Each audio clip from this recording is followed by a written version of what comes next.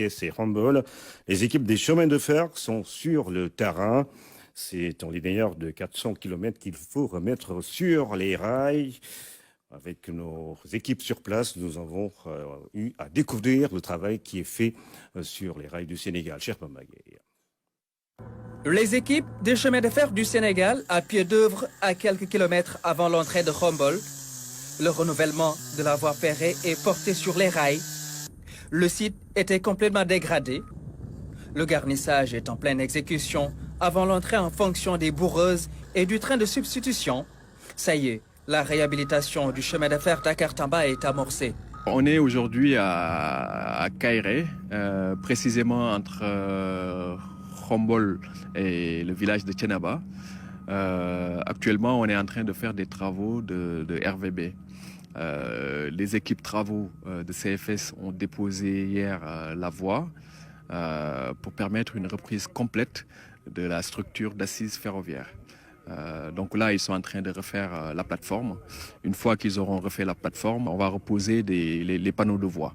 On a eu beaucoup d'agressions aussi, du vandalisme sur la voie, des cas de vol et autres où ils ont volé des étages. Le rail sur certaines tronçons a été complètement coupé, etc. Pendant longtemps, le train n'a pas circulé. Sa reprise en main, selon certains, était même jetée au calendrier grec. Mais l'État du Sénégal, convaincu de l'utilité du rail et de son avenir, n'a pas lésiné sur les moyens. Ainsi, de Sébikotane à Tamba, c'est tout le tracé qui sera réhabilité. C'est un parmi les dizaines de chantiers élémentaires qu'on a tout le long du parcours entre Dakar et Tambacounda. Sur 418 km, c'est plus précisément entre Sébikotane et Tambacounda, sur 418 km. Donc il y a plusieurs équipes qui se sont déployées tout du long avec des dizaines de chantiers élémentaires. Ici, c'est un chantier de RVB. En d'autres lieux, c'est des chantiers de désherbage, de dégagement complet de la voie. Sur d'autres lieux, c'est des chantiers de désensablement. Un vrai chantier titanesque du RVB lourd, mais les équipes des chemins de fer du Sénégal sont assurées d'être dans les délais de livraison des voies. On est sur 10 mois et demi. C'est ça le planning du projet, le calendrier du projet. Donc, en principe, on devrait avoir l'approbation pour le dossier de réouverture des lignes à partir du 15 décembre 2023. La réhabilitation du chemin de fer Dakar-Tambacounda a été une vieille doléance qui est sur le point d'être satisfaite. Sa remise en service va traîner toute une économie avec ses externalités positives.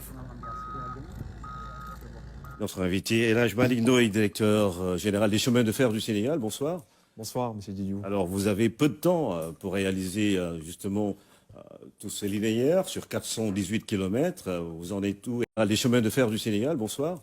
Bonsoir, M. Didiou. Alors, vous avez peu de temps pour réaliser justement tous ces linéaires sur 418 km. Vous en êtes où exactement aujourd'hui? Alors, aujourd'hui, les équipes sont déployées tout du long des 418 km. En fait, le chef de l'État a lancé les travaux le 10 février 2023 à Thiès avec l'ensemble du gouvernement.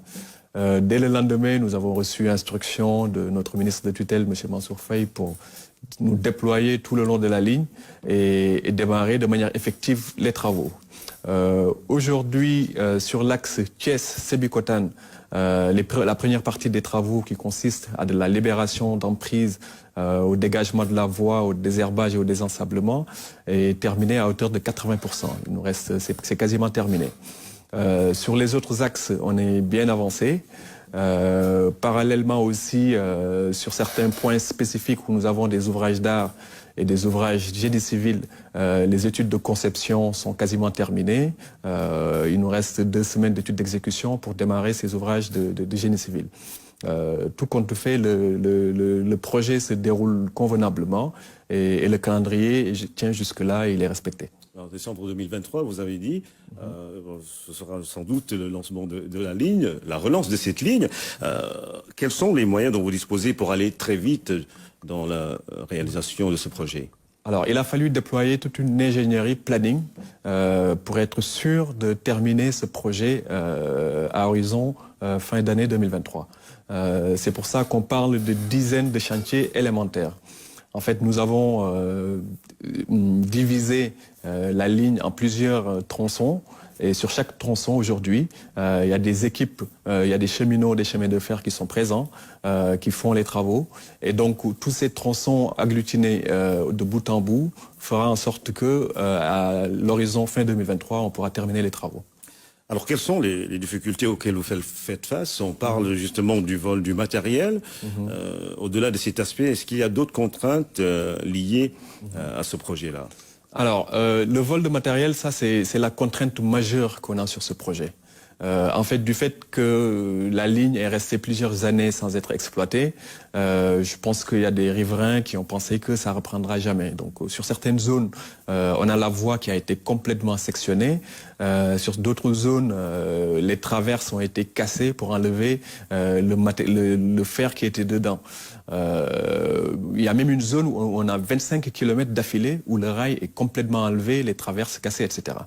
Il faut savoir que sur ces 4 km-là, on en a pour presque, sur ces 25 km-là, on en a pour plusieurs milliards. Alors que ceux qui ont volé le matériel, je pense que s'ils les revendent, ils en ont pour moins d'une centaine de millions. Donc c'est limite criminel pour un cheminot de voir cet état de dégradation-là. Donc c'est le risque le plus élevé que nous avons aujourd'hui sur ce projet et c'est la difficulté particulière que nous avons. Vous allez réagir tout de même par rapport à cette situation. Est-ce que vous avez peut-être mis des garde-fous pour que ça ne se reproduise plus? Oui. Bon, alors c'est le moment de remercier l'administration territoriale. Nous avons fait des correspondances avec les gouverneurs, les sous-préfets et autres sur l'ensemble de la ligne. Ils sont particulièrement mobilisés et l'État du Sénégal, en tout cas, fera respecter la loi dans toute sa rigueur. Il y a même des résultats qui sont en train d'être... on arrive à des résultats. Sur certaines zones, on a pu identifier ceux qui faisaient ces dégradations-là. En tout cas, que tout le monde sache qu'aujourd'hui, l'État est aux aguets et alerte pour stopper ces dégradations sur la voie. Alors l'impact économique de ce projet, le rail, on le sait, beaucoup a contribué à l'essor économique de certaines villes, notamment Thiès et même Tambacounda. Aujourd'hui, qu'est-ce que les populations peuvent attendre justement de l'aboutissement de ce projet-là? Alors, on sait très bien que le développement économique d'un pays va de pair avec le développement de son réseau ferroviaire. Avec la voie ferrée, les marchés s'élargissent, les produits et ressources réputés peu rentables le deviennent du fait de la baisse du coût du fret. Donc voilà, on a tous des histoires comme quoi sur l'ancienne ligne, tout du long, il y avait de micro-économies qui se développaient, etc. Voilà, en tout cas, la vision, c'est de faire un maillage complet du territoire sénégalais en termes de réseau ferroviaire et le développement économique suivra inéluctablement. Parce que c'est Dakar-Tambacounda, mais l'autre ligne attendue, c'est également Tambacounda jusqu'à Kidira au Mali. Qu'en est-il des autres lignes que vous comptez développer? Alors, pour l'instant, on est concentré sur le Dakar-Tambacounda. Dans un deuxième temps, effectivement, on fera la jonction jusqu'à Kidira.